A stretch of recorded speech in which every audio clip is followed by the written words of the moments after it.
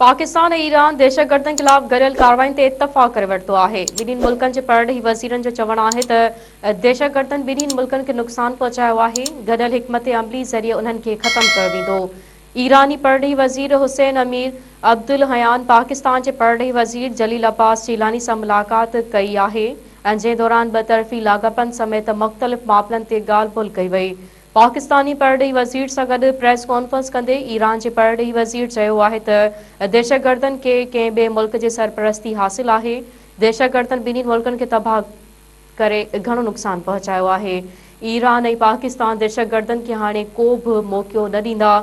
ईरानी परॾेही वज़ीर जो चवणु हो त असां सरहदनि खे मुआशी बहितरी लाइ इस्तेमालु करणु चाहियूं था। ईरान ऐं पाकिस्तान हाणे दहशतगर्दनि ख़िलाफ़ गॾियल कार्रवाइयूं कंदा। पाकिस्तानी सलामती असां लाइ मुक़दम आहे। पाकिस्तान जे परॾेही वज़ीर जलील अब्बास जीलानी जो चवणु आहे त दहशतगर्दनि ख़िलाफ़ गॾियल मज़बूत हिकमत अमली जी ज़रूरत आहे। मुश्किलातूं आर्ज़ी आहिनि, मसइला हल थी वेंदा। हिते जी सलामती लाइ ॿिन्हिनि मुल्कनि विच में बहितर तालुकात ज़रूरी आहिनि। जलील अब्बास जीलानी चयो त गॾियल ॻाल्हि ॿोल्हि ज़रिए दहशतगर्दी ख़िलाफ़ कमु कंदासीं। बॉर्डर मार्केटनि में वापारी सरगर्मियूं वक़्त जूं अहम ज़रूरतूं आहिनि।